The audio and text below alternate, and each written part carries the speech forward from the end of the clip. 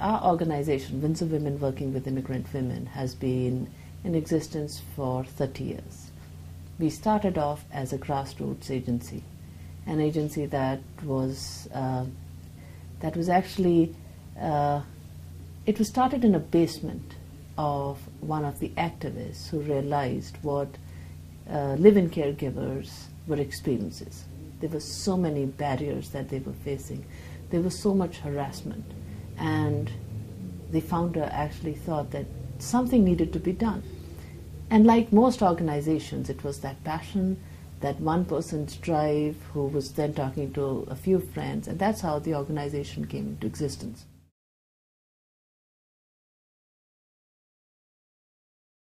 The growth also demands certain kinds of structures to be in place, not just the structures for its own organizational productivity, but also the structures that the Canadian government or the Ontario government demands of us. We kept growing. Some of the structures were being put in place, and in the last 3 or 4 years, of course, there was more exponential growth than we had imagined. With growth comes responsibility, and responsibility also has to be delivered through, as I mentioned, the structures and the policies and the procedures. We were actually struggling to find a lot of those things, scrambling actually, not really struggling, but scrambling to get all the policies in place. That's the time that I was introduced to OrgWise and recognized through that self-evaluation tool what all was needed. In fact, it was a lot that we needed. Yes, a lot had already been accomplished, but how to go about it and how to actually recognize what are the gaps is what this tool does.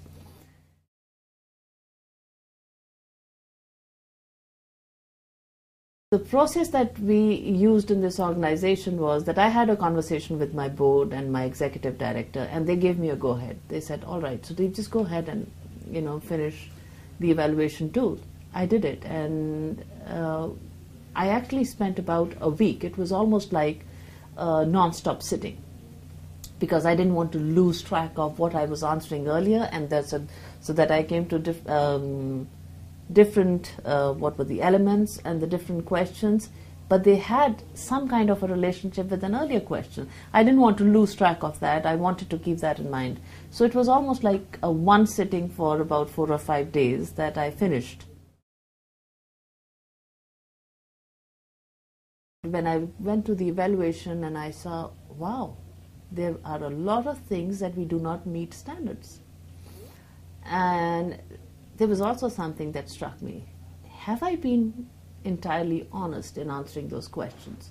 Or in my hurry, did I reflect or think about those questions? That is when I thought and went back to my board and told them that I need to actually have a couple of day-long sessions with the managers, and the managers, of course, can have a conversation with their staff as well.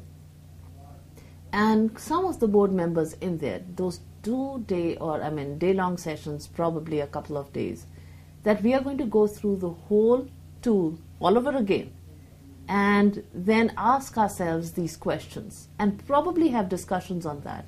And those discussions would give us more honest answers. Not only the answers that we are looking for, but that evaluation will then actually ask us, or we'll be asking ourselves these questions. How do we address those issues? How do we fill those gaps?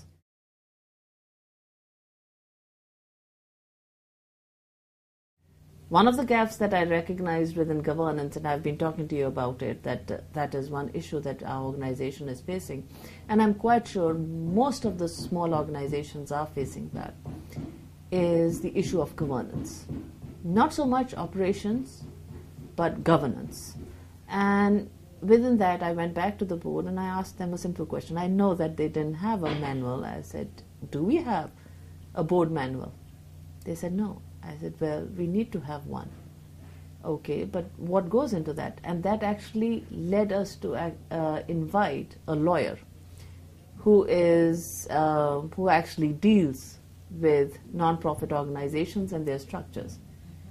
And we had about a 4-hour-long session with her.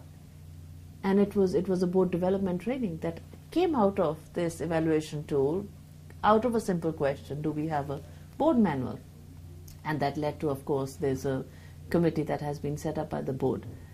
That was just one simple question, and now when I'm going to meet with my managers, those two sessions, day-long sessions that I plan to have with my managers and also a couple of board members, I'm sure we are going to delve into a lot of areas that need improvement, areas that probably we might also recognize are our strengths. And it might be a good revelation, it might be a good impetus to the managers to work on.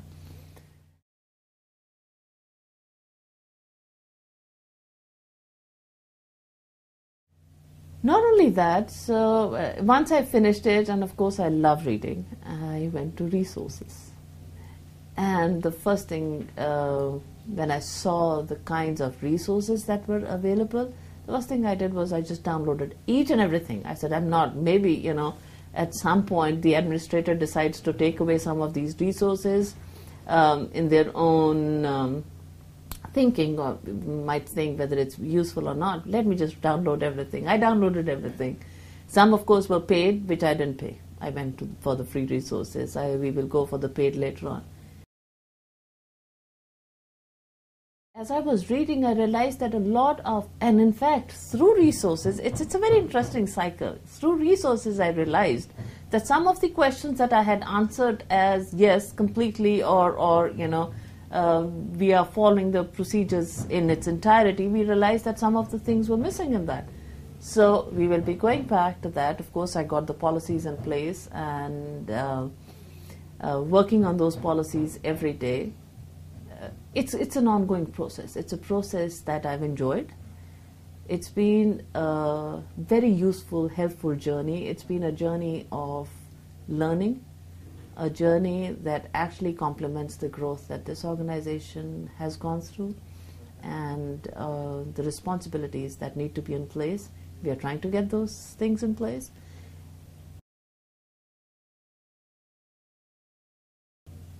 I really hope all agencies, not only in Ontario, but elsewhere, actually take advantage of this extraordinary tool. I've been very lucky that I found this help. I hope others find it too.